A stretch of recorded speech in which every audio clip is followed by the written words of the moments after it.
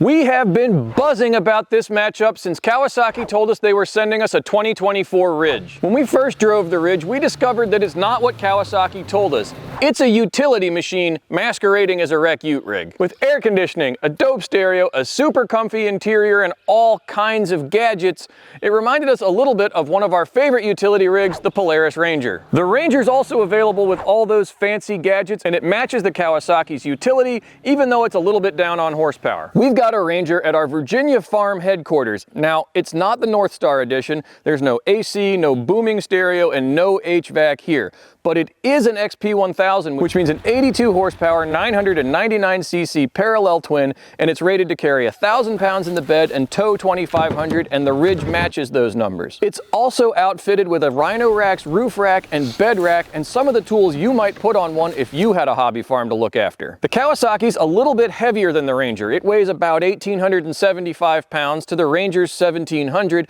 but otherwise they're right on top of each other. They both have alloy wheels, aggressive 27-inch tires, dump beds, rubber belt CVTs, and long service intervals. First, we'll take a look at the Kawasaki Ridge. Now, we've been over this thing in detail a couple times, and we'll link those videos below. And if you want even more information, you can check out our buyer's guide on this rig at UTV Driver. We'll start with the centerpiece of the machine. It's 999cc inline 4-cylinder. It's got 10 horsepower over the Ranger at 92, makes about 65 pound-feet of torque, and it's quiet. It's playful, and when you really get on it, it has a nice 4-banger growl to it. That's mated to a transmission. It's a CVT, and it transmits power from the engine to the wheels. That's about it. The interior is what you would expect from a luxury-focused utility rig. Kawasaki's marketing material promised peak premium performance, but really it's right in line with its competitors. Don't get us wrong, it's really nice. It's just nothing you won't see in any other machine. The ergonomics are solid, the layout makes sense, the knobs are all where you would want them, and the visibility is great. The glass windshield is excellent, and so is the wiper that comes with a washer. And then, once you get done marveling at all the bells and whistles, they just get out of your way and let you work. We really like that. Moving outside, the Ridge is pretty handsome, and it looks well built, and it's got high quality paint and really nice alloy wheels. You also get a winch, you get a 2-inch hitch receiver with safety chain mounts,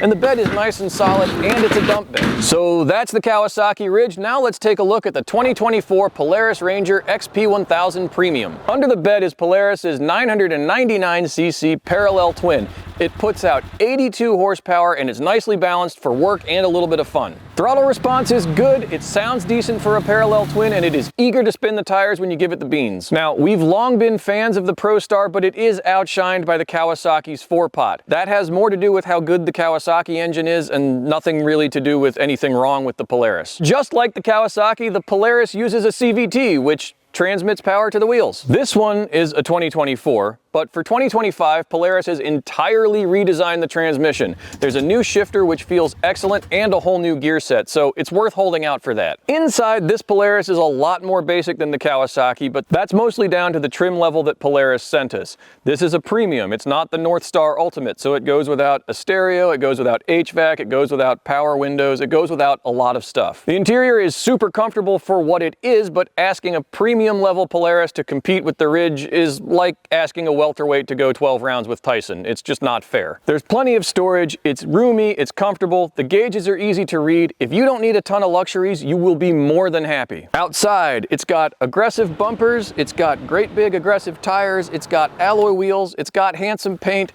It's a match for the Kawi. And you get a winch, and out back there's a 2-inch hitch receiver with provisions for safety chains, just like there is on the Kawasaki. Even the most basic Kawasaki Ridge Ranch Edition starts at $23,999. Right now you can get your hands on a Polaris Ranger XP1000 Premium for $20,999. And the top spec Ranger XP1000 North Star Ultimate Edition, if you don't go into the accessories catalog, retails for $32,199.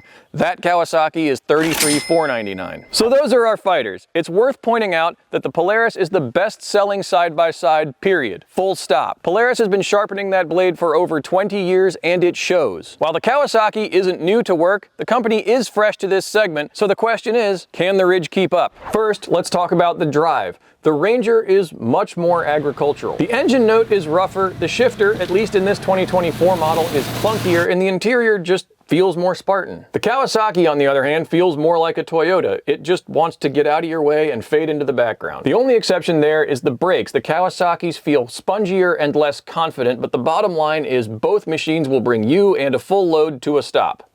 Eventually. On paper, both of these machines can carry 1,000 pounds in the bed, but we would not treat that number like a suggestion on either of them. The capacity is 1,000 pounds, not 1,001. Even with a couple hundred pounds of oak in the bed, both of these machines demonstrated considerable squat, and the load was way too much for the gas assist dump bed struts. Bottom line, eat your Wheaties if you plan on using the dump bed.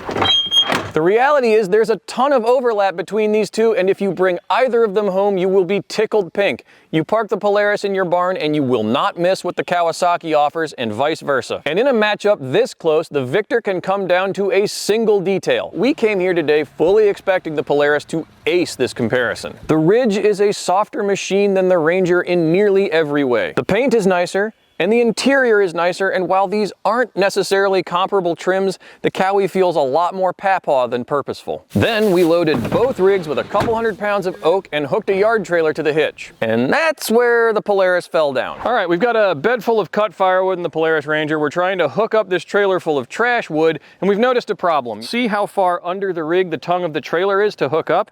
And that means that when you go to use the trailer jack, it hits the tailgate and you can't lower it anymore, and it makes a terrible sound. So to test the towing capabilities of this machine, that means we need to go get another hitch, and that means we have to stop what we're doing and run to Lowe's and buy something that works. Now, that's not a huge deal. If you owned this machine, this would happen exactly once and you would figure out a towing solution that worked. The problem with that is you can now no longer just go to any old rig on the farm and grab any trailer hitch and expect it to work with the Ranger. You have to have a specific towing setup for this rig, and that just makes it that much less useful. We've got a sit rep update on the trailer hitch debacle. We went and got a longer one, but there's no drop to it, so now the handle of the trailer jack is hitting the tailgate of the Polaris. If you look at any truck or any SUV that has a hitch receiver on it, it is the last thing on the vehicle, and this is the very reason for that. You don't want any part of the trailer interfering with the body of your vehicle. We know why Polaris recessed the hitch receiver. They did it for departure angle, but this isn't a plaything. This is a utility rig. It's nice that it does have some off-road capability, but I would sacrifice that for a trailer hitch that actually worked a little bit better than this one does. We didn't have that problem with the Kawasaki, and here's why.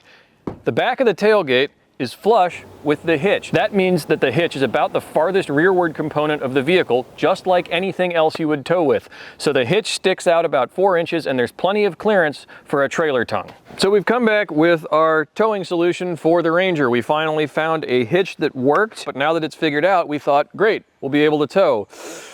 Except, because we had to get a longer hitch so that the trailer jack handle would clear the tailgate, there's now much more leverage on the back axle. So as you can see, the Ranger is squatting like it's Carolina squatted, frankly, and that is no good. You may be able to see here, the trailer jack is dragging the ground, and the Ranger is struggling with this load, partially because it keeps contacting the ground, and partially because, well, this just isn't a very skookum design. This trailer is loaded well within the Ranger's limits. It's not a very heavy trailer. It bears saying that the Kawasaki had no problem with any of this. Yes, it acted like it had a big load behind it, but as far as keeping the trailer in check, not dragging the ground, none of that was an issue. But the Ranger is just letting itself down, frankly. This is a 2024 Ranger. The 2025 comes with 29-inch tires, so it's going to have a little bit more ground clearance, which would alleviate some of this problem, but it still shouldn't be something you have to think about with a utility rig. We're going to get this trailer unhooked, go grab the Ridge, and get it out of here. I'll be honest, that little fiasco lost the Ranger this test. And before you head to the comments to yell at us about tongue weights and trailer choice, the reality is the Kawasaki didn't have to care about either. When it comes to tools,